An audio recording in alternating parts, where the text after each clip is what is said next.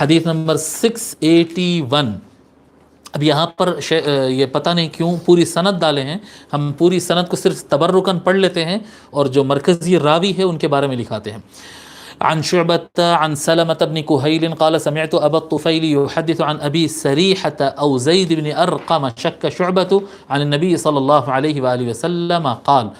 ابو سریحہ ان کے بارے میں لکھیں آپ، حضرت زید بن ارقم سے پہلے جو نام ہے ابو سریحہ، ابو سریحہ ان کا نام ہے ابو سریحہ، سریحہ کہہ رہا ہوں میں، ابو سریحہ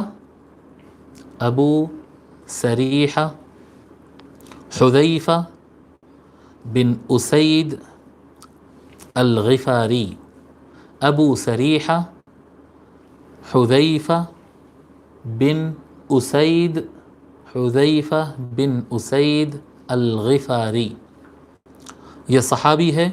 بیعت الرضوان میں صلح الحدیبیہ کے وقت جو بیعت ہوئی تھی، بیعت الرضوان درخت کے نیچے، اس میں آپ شریک رہے ہیں۔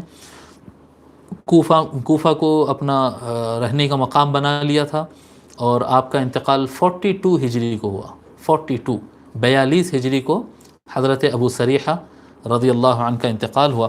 تو حضرت ابو سریحہ نے روایت فرمایا ہے، اور یا حضرت زید بن ارقم نے روایت کیا۔ شعبہ کو شک ہوا، راوی کو شک ہوتا ہے کہ دونوں میں سے کسی ایک صحابی نے روایت کیا، دونوں صحابی ہے، کسی ایک نے روایت کیا ہے عن النبی صلی اللہ علیہ وآلہ وسلم کہ نبی اکرم صلی اللہ علیہ وآلہ وسلم نے ارشاد فرمایا، من کنت مولاہ فعلی مولا، میں جس کا مولا ہوں علی اس کا مولا ہے۔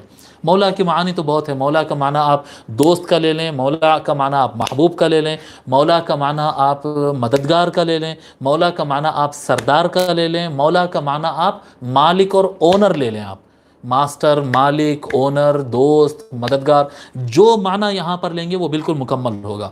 یعنی آپ حضور صلی اللہ علیہ وآلہ وسلم کو کیسا مولا مانتے ہیں، کیسا مانتے ہیں ان کو؟ سردار مانتے، مددگار مانتے، آقا مانتے، مالک مانتے۔ آپ حضور کو کیسا مانتے ہیں؟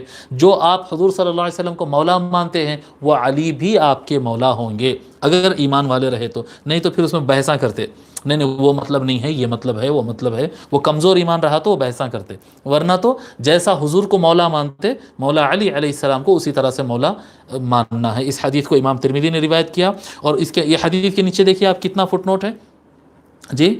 امام ترمذی نے اس کو روایت کیا، امام حاکم نے اس کو روایت کیا، کیا کہتے ہیں امام طبرانی نے روایت کیا، خطیب بغدادی نے، ابن عساکر نے، ابن ابی شیبہ، وہ انبار ہے۔ شیخ الاسلام علامہ طاہر القادری صاحب کی ایک کتاب ہے السیف الجلی علی منکر ولایت علی، کسی دن اگر موقع مل جائے تو یہ کتاب ضرور حاصل کریے، السیف الجلی علی منکر ولایت علی، اور اس کے اسانید، طرق اور کتنے صحابہ نے اس کو روایت کیا اس کے بارے میں آپ دیکھ لیں۔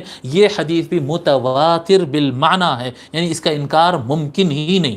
جو مولا علی علیہ السلام کی ولایت کا انکار کرے، ان کے مولا ہونے سے انکار کرے، وہ منکر حدیث ہے، وہ منکر حدیث ہے، وہ حدیث کو نہیں ماننے والا ہے، کیونکہ یہ حدیث صرف حسن نہیں ہے، یہ حدیث صرف صحیح نہیں ہے، یہ حدیث صحیح متواتر رہی ہے، اور یہ حدیث کا انکار سرے سے، اس حدیث کا انکار والے یہ حدیث میں مانتا ہی نہیں اس کو، آدمی کافر ہو جاتا ہے، سیدھا کافر ہو جاتا ہے۔